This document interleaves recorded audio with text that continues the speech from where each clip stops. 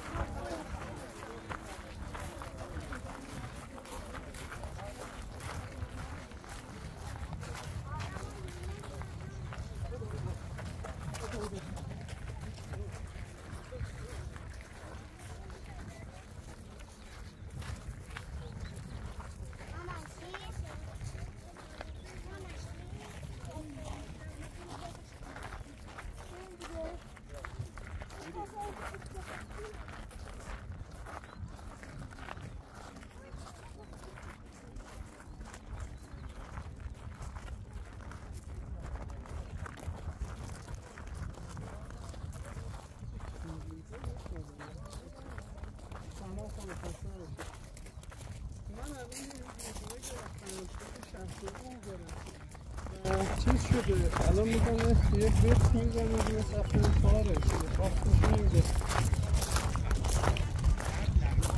بله کنار شاپت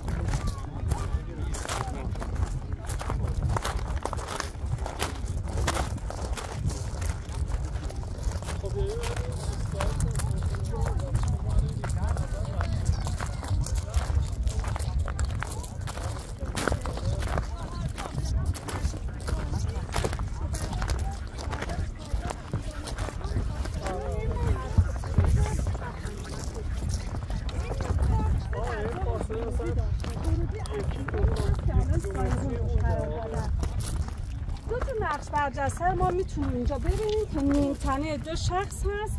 شخص اول پادشاه هست، پشت سرش ملازم یا خدمتکارش هست. روی لباس شخص اول نوشته من کوروش شاه هخامنشی. البته این خط در زمان داریوش جانشین کوروش نوشته میشه. دقیقا اون خط ما روی این میگن جرز دیوار. تو خالی بودنش هم به خاطر که دیوار خشت داخل این قرار میگرفته به صورت چفت و بست. روی این جرزم باز نوشته شده من کوروش شاه هخامنشی. منتها این خط در زمان داریوش نوشته میشه، جانشین کوروش، چون داریوش تو کتیبه دیستخونش نوشته که خط میخی به زبان آریایی رو من اختراع کردم. به خاطری که به مردم جهان بفهمونه اینجا تعلق به کوروش داشته و یه نوع احترام بگذاره به کوروش، دستور میده که این خط رو اینجا بنویسن. بریم به سمت درگاه ها، نقش برجسته ها رو ببینید و بریم سمت کاخ باران. تا قبل از انقلاب همه فکر می‌کردن که اینجا واقعا آرامگاه مادر سلیمان هست.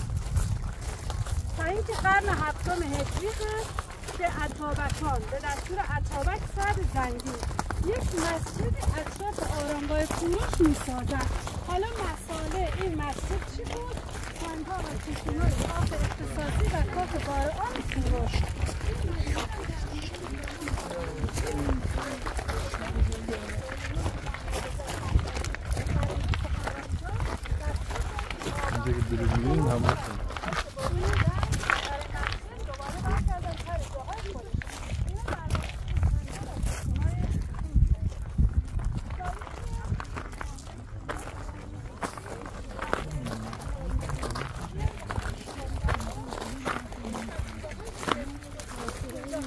کی جابجاش کرد کی اول بررسی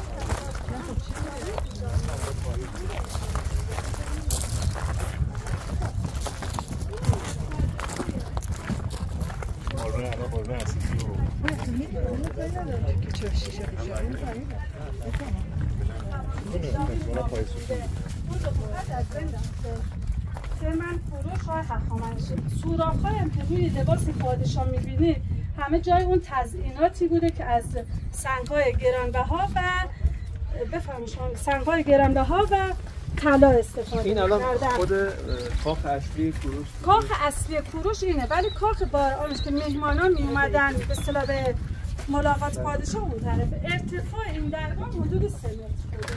فعلا همین ارزشه. اینم توسط علی سامی که از داستانشناسان بزرگ ایران مرمت شده با سیمان. که الان توی علم مرمت و داستانشناسی سیمان خیلی خوب نیست. سنگ از بین میبره ولی چون دیگه کاری نداشتن. اینم تصویرهای ایران بزرگ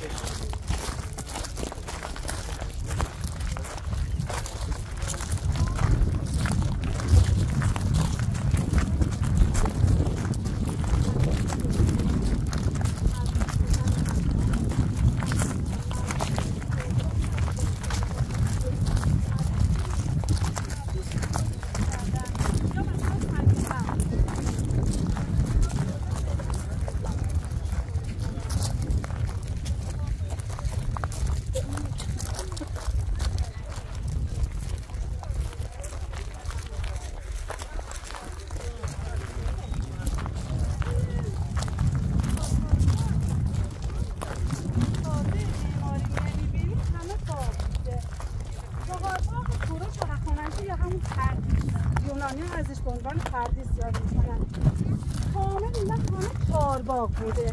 حالا این چهارباغ به وسیله آبراهای سنگی آبیاری می شده. قدیمی ترین آبراهای سنگی ما در پاسارگاد داشتیم مربوط به زمان کوروش. فاصله 9 متر تا 13 متر یک حوضچه های درست کرده بودند که این حوضچه هم برای ساکن شدن آب یعنی از سرعت آب کار می‌کردن هم برای ته‌نشین شدن گلولای. یک منظره زیبایی می‌خواستن به این کاخ باغ بدن. حالا آبم به وسیله رودخانه پلوار همون پلی که از رو شما عبور کردید اومدید اون بهش میگن رودخانه پلوار.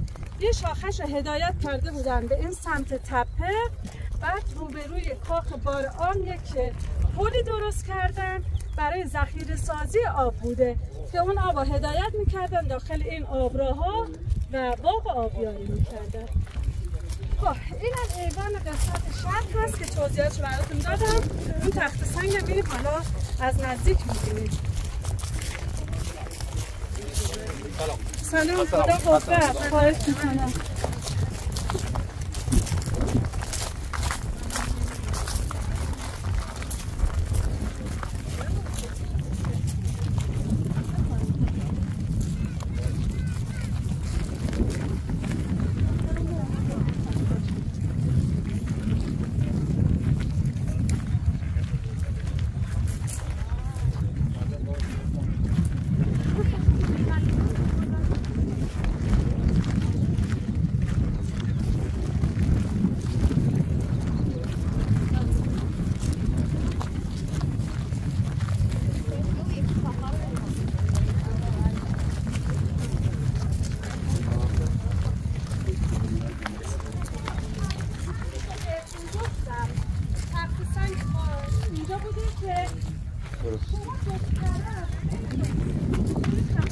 صاف می‌بینید.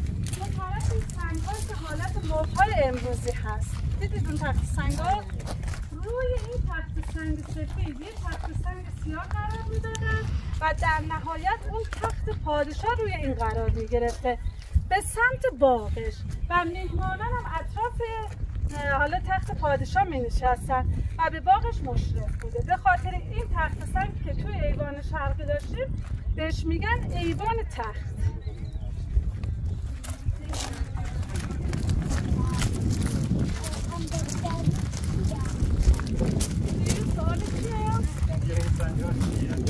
سنگ‌ها رو آوردن باش خونه درست کردن برای پادشاه اون زمان کوروش. بعد اون سه تا کتیبه رو شما اینجوری تو دیوار می‌بینید با زبان فارسی باستان ایلام و بابل من کوروش شاه هخامنشی.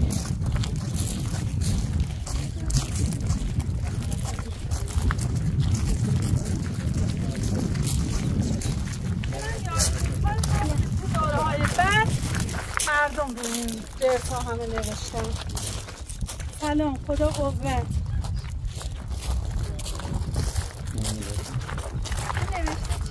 من کوروش شاه هخامنشی که گفتم این خط در زمان داریوش اینجا نوشته شده. جانشین کوروش.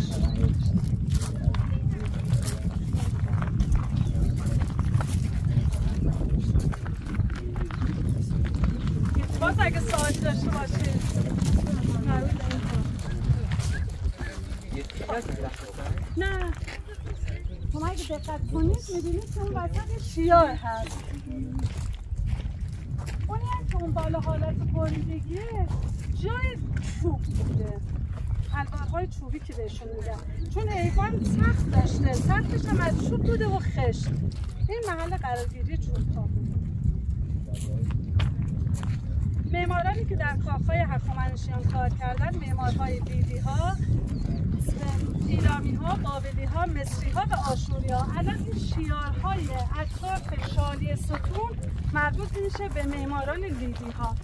دو رنگ بودن ته ستون‌ها برگرفته شده از معماری اورارتوها و نقش برجسته هم برگرفته شده از هنر آشوری. به خاطر که پادشاهان هخامنشی به کشورهای ملل احترام بگذارن اومدن از هنرشون استفاده کردن در کاخ‌هاشون.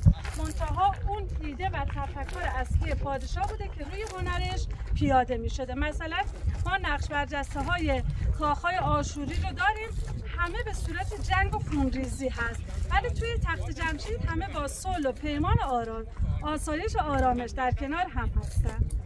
خب تشریف بیارید تا بریم به سمت کاخ باره آب.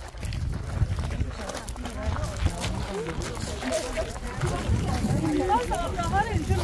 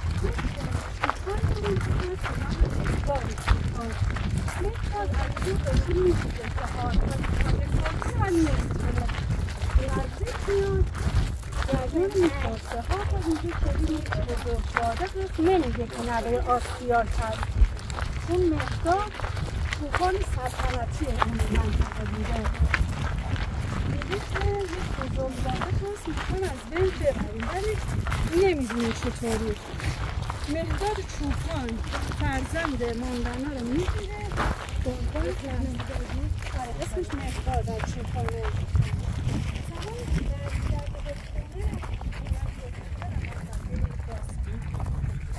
بهش میگن کوشک به معنی کاخ کوچک وسط باغ اومده بودن کوشک درسته حالا این کاخ کوچک یا همین ساختمون یک طبقه که از خشت و چوب بوده و 4 ستون داشته یا برای استراحت میهمان‌هایی بوده که میومدن به ملاقات پادشاه یا برای استراحت نگهبانانی بودن که از اونجا نگهبانی میدادن ما 2 تا کوشک داشتیم کوشک الف و کوشک ب بین این 2 تا کوشک الف و ب استثناء انگلیسی که کاوش کردن خمره‌های زمان هخامنشی پیدا شد که گنجینه داشت حالا این گنجینه ها چی بود؟ زیور آلات زمان هخامنشی و ظرف ظروف‌های نقره که در حال حاضر هم اونا توی موزه ملی ایران باستان در تهران میتونید ببینید به خاطری که این کوشک‌ها از خشت و چوب بوده ما چیزی ازش نداریم فقط همین کفش که سنگی هست در حال حاضر میتونیم ببینیم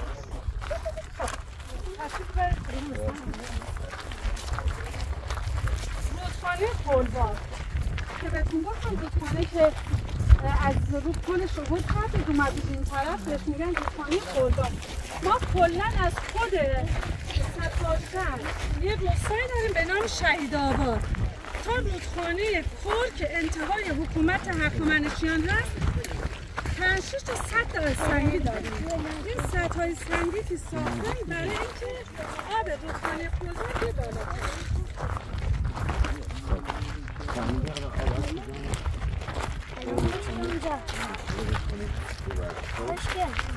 یه سدهای درست کرده بودیم خوش که الان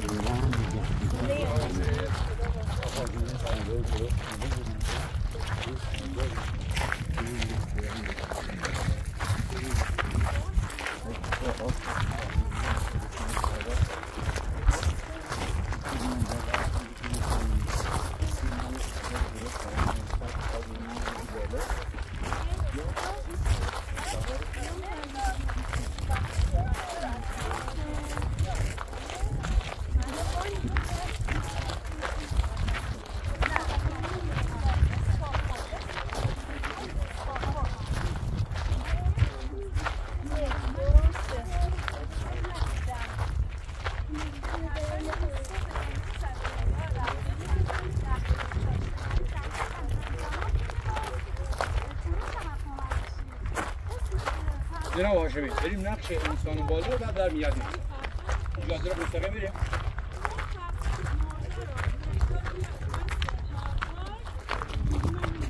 اون مسیر سرزنگه رو میبینی؟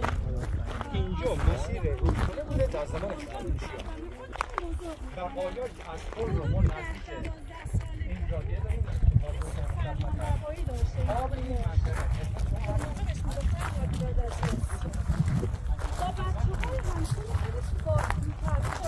حالا اگه این نفر نافرمانی می‌کرد اگه این نفر نافرمانی می‌کرد مثلا